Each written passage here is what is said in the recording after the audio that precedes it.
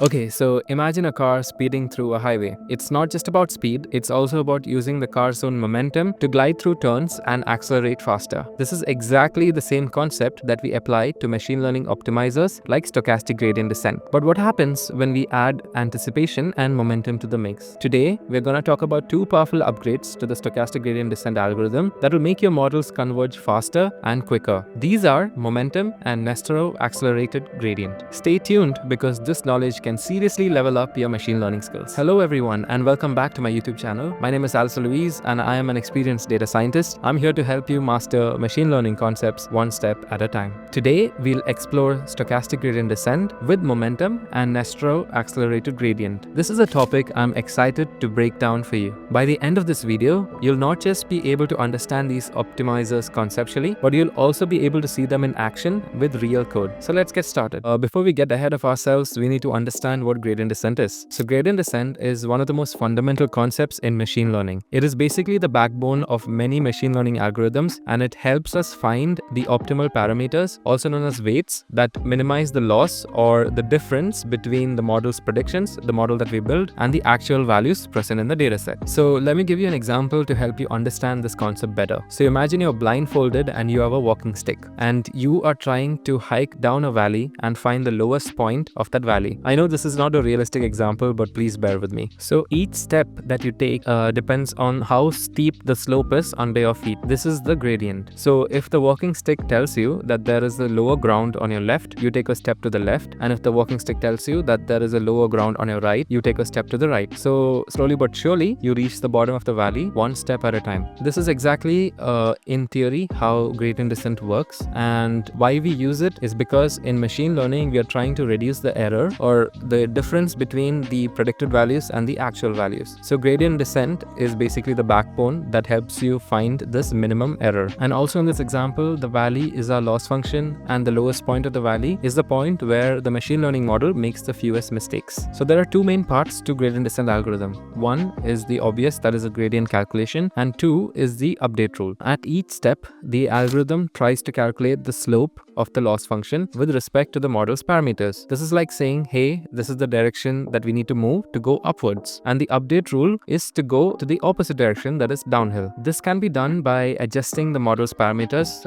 at each step. So the update rule is basically new weights equal to old weights minus learning rate times the gradient. So the learning rate can be understood as how big of a step you take each time. So the bigger the learning rate, the bigger the steps that you take. So you might converge faster and reach to the lowest point of the valley, but at the same time, you might even overshoot it and go to the other side of the valley. So you're kind of risking it. Whereas if the learning rate is too low, you will be taking smaller steps and it will take a lot of time to converge, which is not practical in real world scenarios. So the sweet spot or the ideal case is to find the middle ground between a high learning rate and a low learning rate and wait for the model to converge. There are of course limitations to basic gradient descent, that is the batch processing. So at each step, to compute the gradient or the slope of the loss function, it needs to go over the entire dataset, which is computationally expensive. Other issues with gradient descent is the convergence time. It takes a lot of time to find the convergence for complex dataset or complex use cases. And at the same time, computing the gradient over the entire dataset is very memory intensive and therefore not practical in real life use cases. Now, this is where stochastic gradient descent comes into play. So as we have discussed earlier, gradient descent or the basic gradient descent calculates the gradient score over the entire dataset. So it needs to iterate over the entire dataset. Whereas stochastic gradient descent takes a single sample or a small batch of the dataset at a time, making the computation of this gradient score very quick and practical for real life use cases. So what it does, it randomly selects a sample data point or a batch from the dataset and it computes the gradient using this batch or a data point. And then it updates the weights or parameters using this gradient and the learning rate. And if you look at the formula for stochastic gradient descent, you can also see that updating the weights also include a sample data point or a batch. So despite all of its advantages, there are definitely disadvantages or limitations to stochastic gradient descent. One of the reasons is that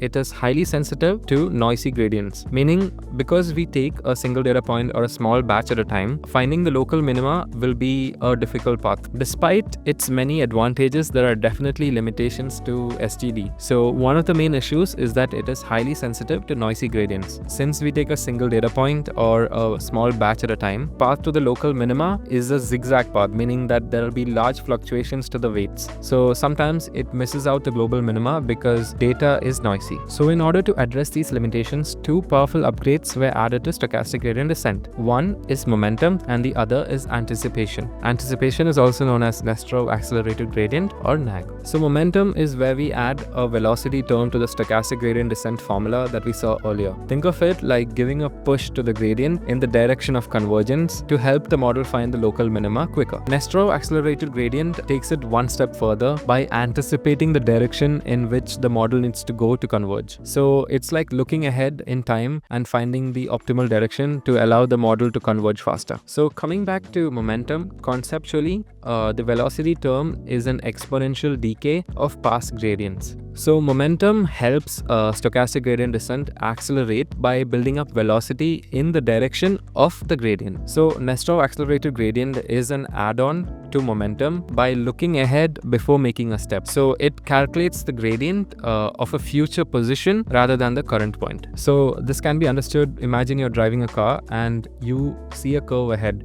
So you anticipate the curve before you actually react to it. Mathematically, in addition to the velocity update, as we seen earlier, we also have a look ahead point, which is the gradient for a future position. Also, as a further point, these techniques that we have discussed today is widely used in popular deep learning frameworks such as PyTorch and TensorFlow. So moving on to the practical example, as you can see, the notebook contains the formula for vanilla stochastic gradient descent, SGD with momentum, and Nesterov accelerated gradient or anticipation. So this notebook is linked down in the description, so you can copy this locally and run it and understand the concepts more thoroughly. So from the mathematical formulas, you can also understand the theory that we discussed earlier. So vanilla SGD is the simplest of them all. It's just the old weights minus learning rate times gradient of the loss function. For SGD with momentum, you also take into consideration the velocity. So in order to update the weights, you also need to consider the velocity update as well. For Nesterov accelerated gradient, we again take it one step further. In addition to the velocity update,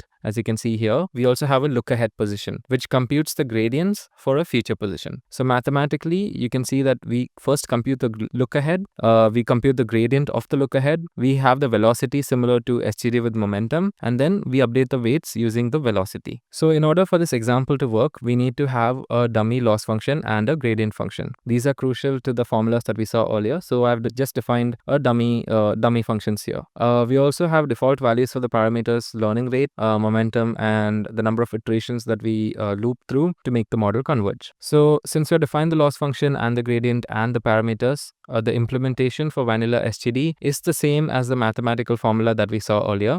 Similarly, for SGD with momentum, we also include the velocity parameter and do a velocity update before we update the weights. So it's the same as the formula that we saw earlier. And also, in order to compare the performance of vanilla SGD versus stochastic gradient descent with momentum, we have plotted the convergence chart. So basically, it's just the iterations versus the loss function that we have defined earlier. Okay, so let's just run the cell and see how the output plot looks like. As you can see, the blue line is the vanilla SGD curve and the orange line is SGD with momentum. And you can see that the model converges much quicker when we use SGD with momentum. And at the same time, we have a much smaller loss when we use SGD with momentum. So it finds out a better local minima than when compared to vanilla SGD. So as you have seen that SGD with momentum clearly outperforms vanilla SGD in terms of having a minimal loss, at the same time making the model converge faster. So now let's also try to implement the SGD with Nesterov accelerated gradient. The same exact formula that we saw earlier. We compute the look ahead before we compute the velocity update and the weights update. And we plot the same exact plot as we have seen earlier. So let's see which one achieves convergence faster. So the results are not surprising. As you can see, we have a green line now, which is the Nesterov accelerated gradient. It reaches convergence even quicker than SGD with momentum, under 10 iterations. Even though the loss is comparable almost to SGD with momentum, the crucial point here is that it took much less iterations than SGD with momentum to reach convergence. So as you can see, using Nesterov accelerated gradient is a win-win for machine learning engineers, since we are able to have a better model trained with a fraction of the time that it takes to train the model with vanilla SGD. I've also included included the code on how you can integrate momentum and Nesterov accelerated gradient in PyTorch for your SGD optimizer. It is as simple as just adding these two parameters which are already built into PyTorch. So momentum-based optimizers are really indispensable in modern machine learning pipelines. So they are very simple yet powerful upgrades that you can use to reduce training time and improve model performance, as you saw in the practical example today. So that brings us to the end of today's video, and if you want to continue building your foundation to machine learning, you can click on my previous videos, which is the intro to machine learning. And if you want to understand more about model evaluation, I've also done a video on understanding bias variance trade-off. Don't forget to like, subscribe and hit the notification bell to never miss an update from my channel. It truly means the world to me. Also, please do leave a comment down below to tell me what you guys would like to see next, and I'm more than happy to make a YouTube video on that concept. So with that being said, let's learn together and see you in the next one. Thank you.